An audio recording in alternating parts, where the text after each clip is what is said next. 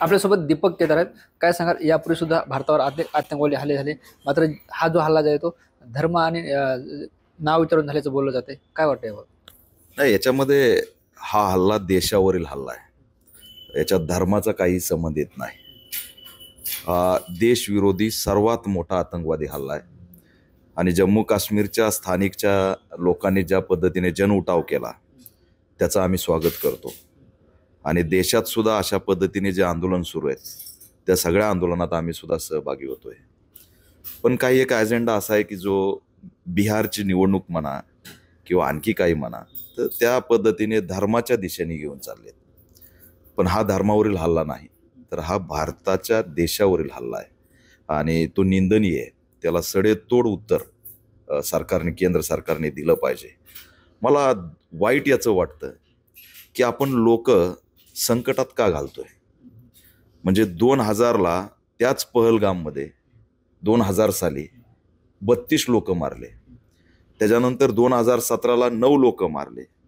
त्याच्यानंतर 7 लोक मारले. म्हणजे आजचा जो हल्ला झालाय तो 4था हल्ला आहे. मग आतंकवाद्याचा जो काही रेड झोन आहे तो आम्ही रेड झोन त्या ठिकाणी मार्क करणार आहेत की नाही. हे पर्यटक त्या ठिकाणी गेले ठीक आहे, पण त्या रेड झोनमध्ये गेले जिथं 3 हल्ले होऊन शेकडो लोक मारलेत. आणि वाईट याचं वाटतं की तथ्यावर कुणी बोलत नाही. सुरक्षा गार्ड कुठं होते? आमच्या देशवासियांना वाचवलं कुणी? तर स्थानिकच्या घोडेस्वारने.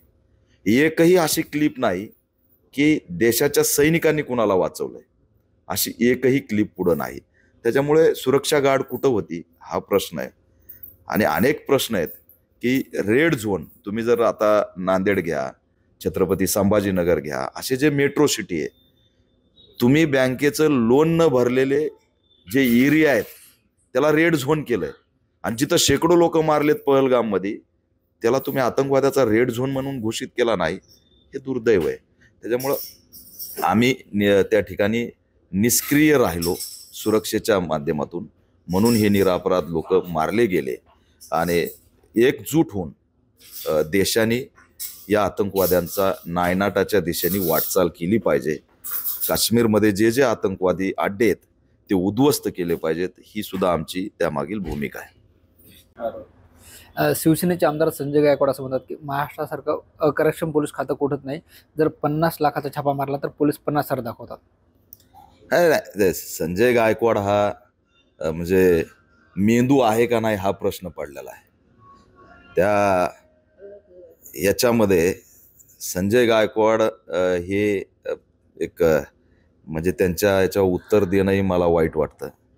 म्हणजे स्वतः 50 खोकेच्या आरोप आहे, त्याचं काय? म्हणजे तुम्ही 50 खोके घेऊन कुठेही जाणार. तुम्ही लोकप्रतिनिधी आहेत ना, चांगला पगार भेटतो सरकारकडून. 50 खोक्याचा जो आरोप आहे, 50 खोके घेऊन तुम्ही गुवाहाटी मार्गे सुरतला जाणार आणि महाराष्ट्र पोलिसांना तुम्ही अकार्यक्षम म्हणणार. महाराष्ट्र जो टिकलाय तो महाराष्ट्राच्या पोलिसांमुळे टिकलेला आहे. आणि यांना सवय झाली हो सत्तेत बसायचं. म्हणजे तुम्हाला गरज पडते तेव्हा त्या पोलिसांचा वापर करूनच तुम्ही पुढारी झाले ना. आणि आज तुम्ही पोलिसांना त्या ठिकाणी टार्गेट करताय. आणि हे गृह विभागाने सिरियस घेतलं पाहिजे. गृहमंत्री, मुख्यमंत्री साहेबांना सुद्धा मी आव्हान करतो की असे वाचाळवीर जे लोकप्रतिनिधी आहेत यांना रोखलं पाहिजे. असं झालं तर पोलिसांचा धाक कसा राहील? पोलिसांना एक गरिमा आहे, पोलिसांचं एक अस्तित्व आहे, पोलिसांची एक अस्मिता आहे. आणि तुम्ही त्याला असणारे टार्गेट करताय अकार्यक्षम म्हणून.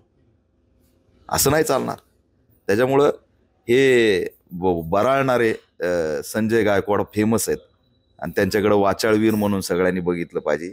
संजय गायकवाड हा गांभीर्याने घ्यायचा विषय नाही आहे.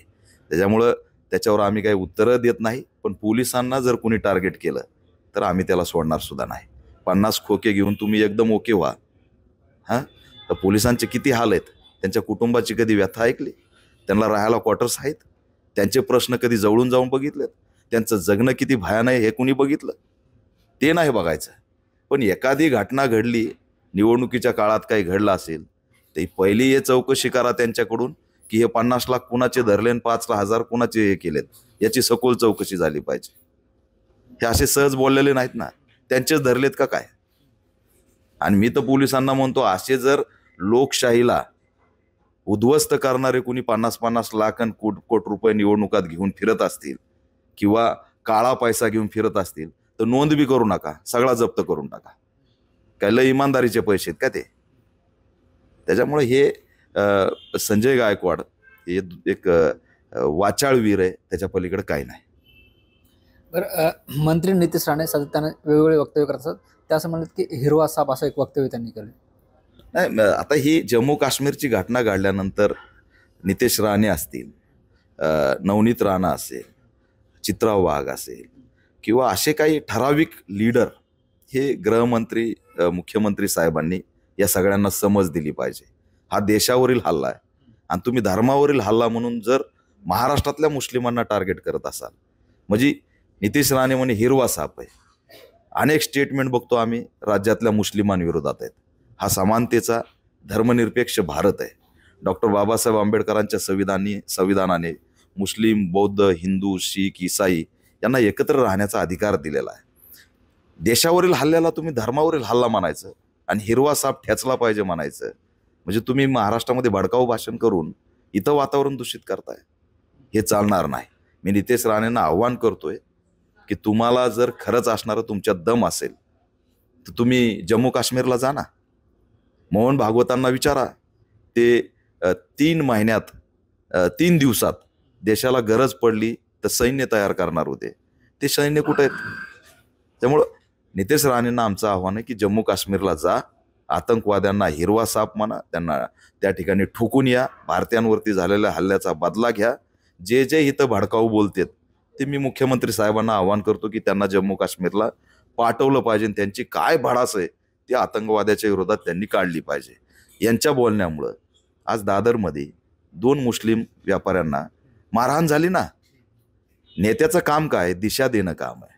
आणि ज्यावेळेस संवेदनशील अटॅक या देशावरती झालाय त्यावेळेस तुम्ही संवेदनशील भाषा वापरली पाहिजे. एकजुटता कशी राहील, एकजुटीने आपल्याला शत्रूला उत्तर कसं देता येईल, हे लोकप्रतिनिधी म्हणून भान नसणं हे किती वाईट आहे. अरे 26 लोक मेलेत, अनेकांचे घरं उद्ध्वस्त झालेत, कोणाचं 6 दिवस झालं होतं लग्न होऊन, डोळ्यात स्वप्न होते, आणि त्या मेलेल्या माणसाच्या टाळूवरती तुम्ही राजकीय धर्माची पोळी भाजताय. लाज वाटली पाहिजे.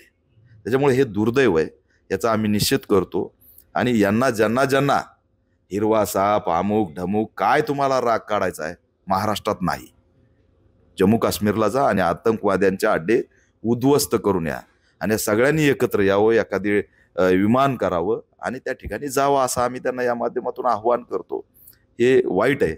आणि जर महाराष्ट्रातल्या मुस्लिमांना दादरला कुणी जसं टार्गेट केलं तसं जर टार्गेट झालं तर ऑल इंडिया पॅन्थर सेना या मुस्लिम समाजाच्या बाजूने उभा राहील. कारण आम्हाला समानता आणि धर्मनिरपेक्ष भारत जिवंत ठेवायचा आहे. शत्रूची ओळख झालेली, तो शत्रू ठेचला पाहिजे, याची सुद्धा बाजूने आम्ही आहोत. आणि केंद्र सरकारने ती ठोस भूमिका घेतली पाहिजे आणि नितेश राणे सारख्यांना मुख्यमंत्री देवेंद्र फडणवीस यांनी समज दिली पाहिजे. संतोष देशमुख हत्या प्रकरणातील आरोपी वाल्मिक कराड यांना जे ते पॅनिक अटॅक आला, यापूर्वी ज्या तब्येत बरी नव्हती तेव्हा मोठा एक वादंग निर्माण झाला, VIP ट्रीटमेंट भेटली असाही आरोप झाला होता. आता पुन्हा त्यांना अटॅक आल्याची माहिती मिळते. नाही, मला याच्या विश्वासच बसत नाही या प्रवृत्तीवरती. तुम्हाला गँग सक्रिय करायची का पुन्हा हॉस्पिटलमधून? तुम्हाला ऑलरेडी VIP ट्रीटमेंट मिळतेय. आणि मग VIP ट्रीटमेंट मिळत असताना तुम्हाला पॅनिक अटॅक आला कुठून? रिपोर्ट जाहीर करा ना. या नुसत्या मीडियातल्या बातम्यांनी वाल्मिक कराडला काय झालंय हे असं सांगू शकत नाहीत. त्या हॉस्पिटलमध्ये त्या रिपोर्टमध्ये काय आलं? ज्यावेळेस चेक केलं बीडच्या हॉस्पिटलमध्ये, डोकं चेक केलं तर काहीच नाही, नॉर्मल आहे. मग हे नाटक कशासाठी? आतमध्ये बोर झालं की फेरफाटका मारण्यासाठी? हे यांच्यावर काही विश्वास ठेवला नाही पाहिजे.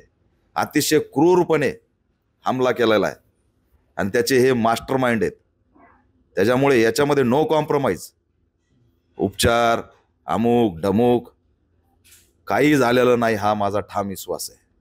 तुम्हाला ऑलरेडी जेलमध्ये VIP ट्रीटमेंट मिळते. कोणता पॅनिक अटॅक नाही, काही कुणाला काही झालेलं नाही. मुक्याचं स्वांग घ्यायचंय आणि कसं यातून वाचता येईल आणि पुन्हा सक्रिय कसं होता येईल, हा याच्या मागचा प्रयत्न आहे. उलट आम्ही यांना गृहमंत्र्यांना मागणी करतोय की तात्काळ यांना दुसऱ्याकडे हलवलं पाहिजे. बीडमध्ये त्यांचं राहणं हे धोकादायक आहे. संतोष देशमुख प्रकरणात कृष्णा आंधळे आणखी अटक नाही. हॉस्पिटलमध्ये आल्यावरती काय होतंय, कोण लोक भेटतात, याच्यावरती वॉच राहायला पाहिजे. नाहीतर पुन्हा या गँग सक्रिय होतील, कारण ते सोपं नाही आहे. त्यामुळे माझं आव्हान आहे की हे पॅनिक अटॅक वगैरे काही नाही आहे. त्यांना असणारं त्या ठिकाणी कठोर भूमिका त्या याच्यामध्ये यंत्रणेने घेतली पाहिजे, अशी आमची भूमिका आहे. नांदेड जिल्ह्यात अनेक आदिवासी आश्रमशाळा आहेत, वसतिगृह आहेत, मागासवर्गीय विद्यार्थ्यांसाठी वसतिगृह आहेत. मात्र ज्या सुविधा शासनाकडून येतात त्या विद्यार्थ्यांना मिळताना पाहायला मिळत नाहीत. नाही, काल मी एक व्हिडिओ व्हायरल केला. विद्यार्थ्यांवर लक्षच नाही. ऊसतोड मजुरांचे पोरं आहेत, आदिवाशांचे लेकरं आहेत, गरिबांचे लेकरं आहेत. सामाजिक न्याय विभाग, आदिवासी विभाग याच्यातून त्यांना असणारा निधी येतो त्यांच्या शिक्षणासाठी, त्यांच्या खाण्यासाठी, पिण्यासाठी, राहण्यासाठी. पण आम्हाला दिसतंय की सह्या घ्यायच्या आणि अनुदान लाटायचं, त्यांच्याकडे लक्ष नाही. म्हणजे एका रूममध्ये विद्यार्थी काय करतायत त्याच्यावर वॉच नाही, त्यांच्या आरोग्यावर वॉच नाही, त्यांच्या शिक्षणावरती वॉच नाही. म्हणजे कसं तरी ही जी काय बाबासाहेबांनी सामाजिक न्यायाची जी काही संकल्पना उभा केली त्याला कोलॅप्स करायचं हे षडयंत्र आहे, हे एकंदरीत दिसायला लागलंय. आणि म्हणून सामाजिक न्याय मंत्री असतील, आदिवासी मंत्री असतील, यांना आमची मागणी आहे की या शाळांना आधुनिक करा. अरे आम्ही माणसं आहोत, दलित आहोत, आदिवासी आहेत म्हणून आम्ही माणसं नाहीत का? आम्हाला सामाजिक न्यायाचा अधिकार दिलाय ना, अनुदान मिळतंय ना, मग आम्हाला आमचा अधिकार का मिळत नाही? साधं तुम्ही नांदेडमध्ये जा, मोठा मेट्रो सिटीत जा, तुम्हाला सिग्नल कुणी तोडलाय याच्यासाठी CCTV कॅमेरे आहेत. आणि तो CCTV कॅमेराचं जे काही वॉर रूम आहे ती असणाऱ्या SP-च्या कार्यालयात आहे.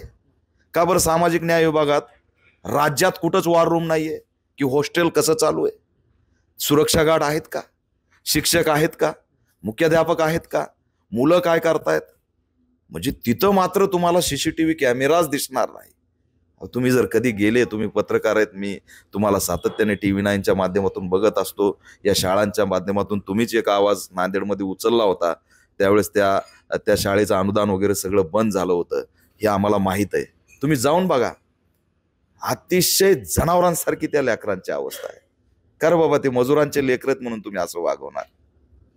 म्हणजे दृष्टी जी आहे मानवतेची ती सुद्धा राहिलेली नाही. त्यामुळे सामाजिक न्याय मंत्र्यांनी तात्काळ सर्व राज्यातील वसतिगृहांना CCTV अंतर्गत त्या ठिकाणी सुरक्षित करून त्याचा कंट्रोल एक सामाजिक आयुक्त जो आहे त्याच्या हातामध्ये वॉर रूम बनवावी आणि त्यांना असणार सुरक्षित करावं.